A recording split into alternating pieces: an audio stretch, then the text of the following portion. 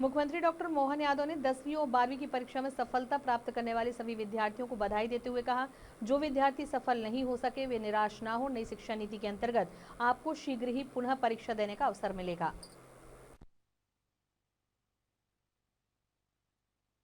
बेहद अहम है। 10वीं और 12वीं के परीक्षा परिणाम घोषित कर रहा हूँ। मैं अपनी ओर से सबको बधाई देना चाहूँगा और शुभकामना देना चाहूँगा। सबसे पहले मैं बात उन विद्यार्थियों की करूँगा जो किसी भी कारण से इस परीक्षा परिणाम के घोषित करने से उनको कोई असफलता मिले या वो अगर रुकते हैं तो मैं उनको ये हिम्मत दिलाता हूँ कि अभी आपके अवसर समाप्त नहीं हुए।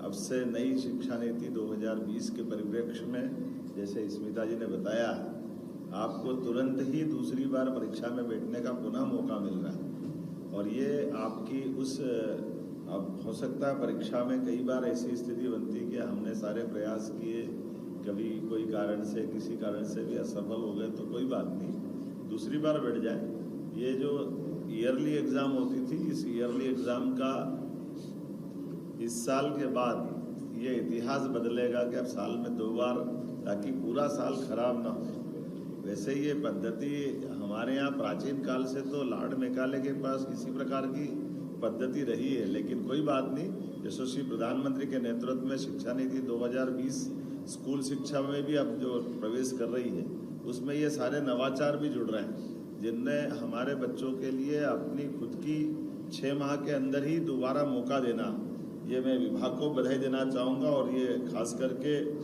हमारे लिए लंबी छलांग जब लगाने जाते हैं तो 2 कदम पीछे आ करके लंबी छलांग का भी मौका मिलता है।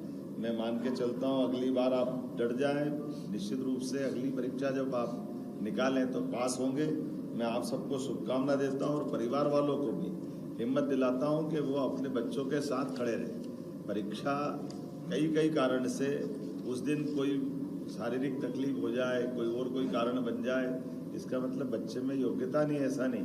बच्चा इस सुयोग्य है और हमारी हिम्मत से बच्चों की ओर प्रतिभा निखरती है। तो मैं आप सबको भी और खास करके एक बार और अवसर लेकर के उन बच्चों के लिए भी जिनका उनके हिसाब से मार्किंग नहीं हो पाई या वो रिजल्ट में और इम्प्रूवमेंट चाहते थे, ऐसे बच्चों को भी दोबारा मौका मिलेगा।